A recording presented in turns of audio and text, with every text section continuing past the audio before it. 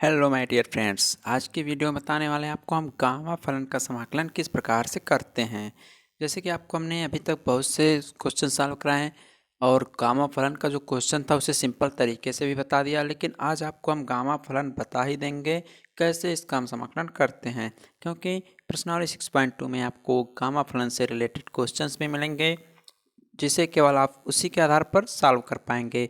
तो देखेंगे आज हम गामा फलन का समाकलन कैसे करेंगे। लेकिन दोस्तों, वीडियो प्रारंभ करने से पहले आप लोगों से हमारी एक छोटी सी रिक्वेस्ट है, अगर आप लोग हमारे चैनल पर पहली बार विजिट कर रहे हैं तो चैनल को सब्सक्राइब जरूर करें, बेल आइकन दबाएं हमारे लेटेस्ट एजुकेशनल वीडियो सबसे पहले पाने के लिए।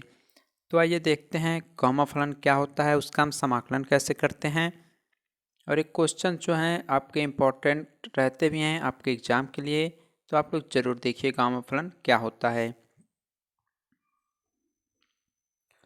देखिए गामा फंक्शन, इसको देखिए इस प्रकार से डिनोट करते हैं। इसका एक चिन्ह इस प्रकार से होता है, इसे इस प्रकार से हम डिनोट करते हैं, ठीक। और इसमें इस प्रकार से कोई नंबरिंग कर देते हैं, मतलब कोई फलन रहता है और इसका एक प्रदर्शन चिन्ह है, ठीक। आप लोग इसे ध्यान में रखिएगा, क्योंकि गामा फलन का समाकलन हम लोग जब करते हैं तो इसका बहुत ही महत्वपूर्ण रहता है। तो आप लोग इसे देख लीजिएगा। और ये तो हो गया किस प्रकार डिनोट करते हैं। अब इसकी कई प्रॉपर्टीज़ हैं, उसको देखते हैं। जैसे देखिए इसका फर्स्ट प्रॉपर्टीज है गामा n+1। अगर इस प्रकार से कहीं दिया रहे तो उसे हम किस प्रकार सॉल्व करेंगे, तो उसे हम लोग लिख सकते हैं n गामा n। इस प्रकार से भी हम इसे लिख सकते हैं, या जो n गामा n है इसे हम लिख सकते हैं फैक्टोरियल n, या इसे आप लोग इस प्रकार से भी लिख सकते हैं फैक्टोरियल n। ये सब आप लोग पढ़ चुके हैं, इंटरमीडिएट में पढ़े होंगे, तो आप लोग समझ गए होंगे कि अब गामा फलन क्या होता है, इसे किस प्रकार हम सॉल्व करते हैं, और फैक्टोरियल n क्या होता है।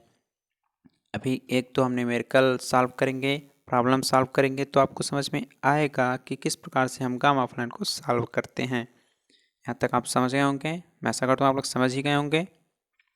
जैसा कि देख लीजिए एग्जाम्पल दिया है, मान लीजिए गामा 10, इसका मान आपको ज्ञात करना है। तो सबसे पहले आप लोग करेंगे क्या, तो 10 को हम लोग क्या लिख सकते हैं 9+1, तो उसकी जगह लिख दिया गामा 9+1। अब आपको फार्मूला प्रॉपर्टी फर्स्ट ध्यान देना है कि जब n+1 दिया रहे तो इसको क्या करते हैं n गामा n लिख लेते हैं। तो n का मान यहाँ पर देखिए 9 है, क्योंकि n+1 यानी n+1, तो n की जगह 9 ही तो है, तो 9 गामा 9 हो जाएगा। तो 9 गामा 9 हो गया, और जिसे हम लोग क्या लिख सकते हैं, जिसे हम लोग लिख सकते हैं फैक्टोरियल यानी फैक्टोरियल 9, इसे हम लिख सकते हैं। तो फैक्टोरियल 9 का वैल्यू आप लोग निकाल लेंगे, 9 इंटू 8 इंटू 7 इंटू 6 मल्टीपल होते हुए 1 तक आता है। आप लोग ये सब पढ़ चुके होंगे, ठीक। तो ये था गामा फंक्शन का फर्स्ट प्रॉपर्टी। इसका सेकंड प्रॉपर्टी देखते हैं। अगर कहीं पर दिया रहे आपको, कहीं पर अगर आपको दिया रहे गामा 1 दिया रहे तो उसका मान हमेशा 1 होता है। आप लोग इसे ध्यान रखिएगा, क्योंकि कई बार आपके एग्जाम में आता है गामा 1 दे देता है, आप लोग इसे कंफ्यूज रहते हैं इसका मान क्या होता है। तो आपको लर्न कर लेना है, इसका मान 1 होता है। और अगर कहीं पर गामा 1.2 आ जाए तो इसका मान √π के बराबर होता है। ये सब वैल्यू निकाल चुके हैं, आपको उससे कुछ लेना देना नहीं, आपको ध्यान देना है इसका मान होता क्या है, ये सब आप लोग लर्न कर लीजिएगा। तो जहाँ पर भी आप लोग गामा 1.2 का मान लिखें वहाँ √π ही लिखें। इसके आधार पर एक एग्जाम्पल देखते हैं प्रॉपर्टी थर्ड के आधार पर, ठीक। जैसे देखिए गामा 7/2 कहीं लिख दिया गया, गामा 7/2 कहीं लिखा गया है, तो इसे सबसे पहले आप लोग n+1 के फॉर्म में लिखेंगे। तो अगर इसकी जगह हम लिखते हैं 5/2 + 1 कर दें तो ये 7/2 के बराबर आएगा ना। तो देखिए उसी हमने किया। उसके बाद सेम प्रोसेस जो अभी ऊपर हुआ है, क्या हुआ है, होता ये था फैक्टोरियल यानी हो जाता था, यानी ये हो जाएगा फैक्टोरियल 5/2। तो लिखेंगे क्या, इसको जब सॉल्व करते हैं तो आपका आएगा 5/2 इंटू 3/2 इंटू 1/2 होता है, और लास्ट में आपका बचता है गामा 1/2। देखिए आपको ये ध्यान देना है, जब भी बटे के रूप में रहे, ठीक, उसके लास्ट में 1/2 बचेगा, वो भी गामा के साथ, जिसका मान √पाई होगा। √पाई लास्ट में आपका हमेशा जब बटे के रूप में रहेगा तो 1/2 बचेगा। ये सब फलन निकाले जा चुके हैं बहुत पहले से, ठीक। तो आप लोग इसे लर्न कर लीजिएगा। तो इसका सीधे सीधे मल्टीपल होके आ जाएगा 15/8 √पाई, क्योंकि जो गामा 1/2 का मान होता है वो √पाई होता है। तो इस प्रकार से हम क्वेश्चन सॉल्व करेंगे। अभी हम एक तो देखेंगे क्वेश्चंस जो आपसे बहुत रिलेट रखेंगे, आपके एग्ज़ाम के लिए रिलेटेड हैं, तो उसको अभी आपको बताएंगे, ठीक।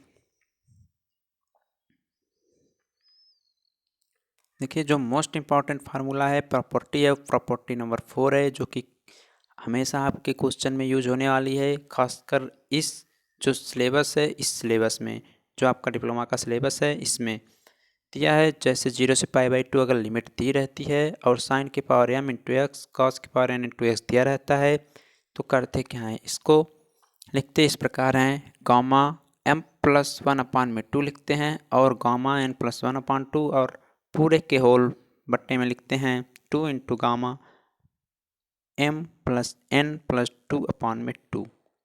देखिए, इसको नोट डाउन कर लीजिए, लर्न कर लीजिए, क्योंकि ये जो प्रॉपर्टी है आपके सभी क्वेश्चंस में यूज होने वाली है, तो इसे ज़रूर लर्न कर लीजिएगा, नोट डाउन जरूर कर लीजिए। आइए देखते हैं इस पर आधारित एक क्वेश्चंस, आप लोग इसे नोट जरूर कर लीजिए, ठीक।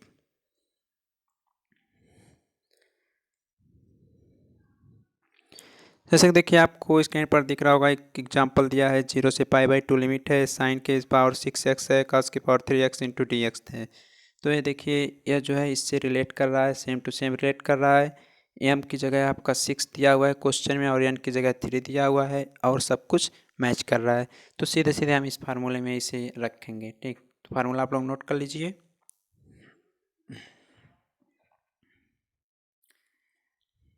तो देखिए, इससे हम जब कंपेयर करेंगे तो आपके फार्मूले में होता क्या था, गामा m+1, तो m का मान 6 है तो गामा का चिन्ह लग गया, 6+1 हो गया, अपॉन में 2 रहता था।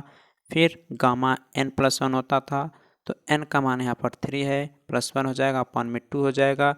फिर बटे में रहता था 2 गामा m+n+2 अपॉन में 2 होता था, तो m का मान 6 + 3 + 2 अपॉन में 2 हो गया।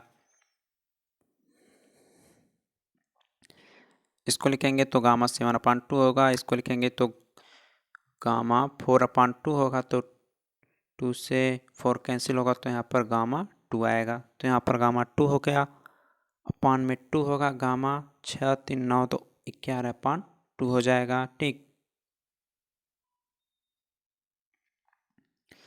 उसके बाद देखिए, इतना सब कुछ होने के बाद अब आपको करना क्या रहता है, जैसे दिया रहता था गामा 7/2, तो आप लोग इसे लिख सकते हैं क्या, गामा 5/2 + 1 लिख सकते हैं, एकदम लिख सकते हैं। और यह रिलेट किससे है, गामा n+1 से, तो इसे फार्मूला आप लोगों का क्या होता था, n गामा n होता था या फैक्टोरियल n होता था। इतना आप लोग समझ गए होंगे, आपको हमने अभी ही ऊपर बताया है। तो 7/2 को लिख सकते हैं गामा 5/2 + 1, और गामा 2 जो है इसे हम लोग लिख सकते हैं गामा 1 + 1 लिख सकते हैं, एकदम लिख सकते हैं। फिर अपॉन में 2 इंटू गामा 11/2 को लिख सकते हैं 9/2 + 1, इतना हो गया। इसी को हमें सॉल्व कर लेना है। तो देखिए, जब भी आपको हमने बताया गामा n+1 दे तो इसका मान फैक्टोरियल n होता है, तो n का मान यहाँ पर 5/2 है, इसलिए यहाँ पर फैक्टोरियल 5/2 हो गया।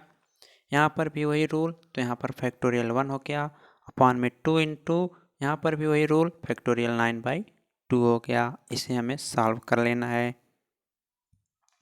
तो आइए करते हैं सॉल्व। तो फैक्टोरियल का मतलब एक घटते जाता है, तो यहाँ पर देखिए 5/2 इंटू 3/2 होगा, इंटू 1/2 होगा, इंटू √पाई होगा या गामा 1/2 होगा।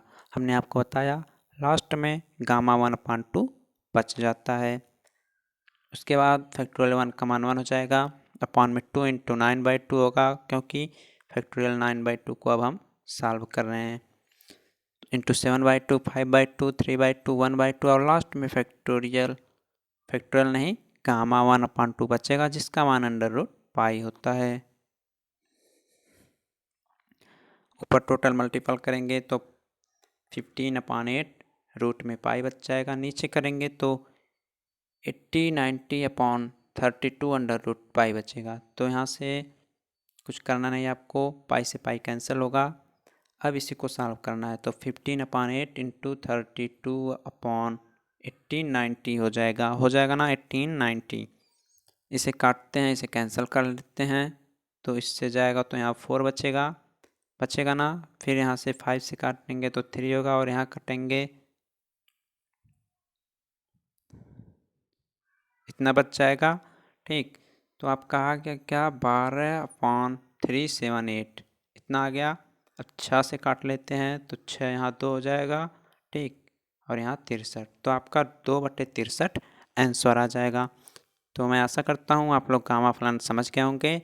अब इसके बाद की जो वीडियो आएंगी वो सब गामा फलन से रिलेटेड क्वेश्चंस हैं, उन सब के बारे में आपको बताया जाएगा। और अगर सिंपल तरीके से क्वेश्चन लगेंगे तो हम सिंपल तरीके से ही क्वेश्चन को सॉल्व करेंगे, जिससे आपको कोई दिक्कत ना हो। तो दोस्तों, अगर यह वीडियो अच्छा लगा हो तो लाइक कमेंट शेयर ज़रूर कीजिए।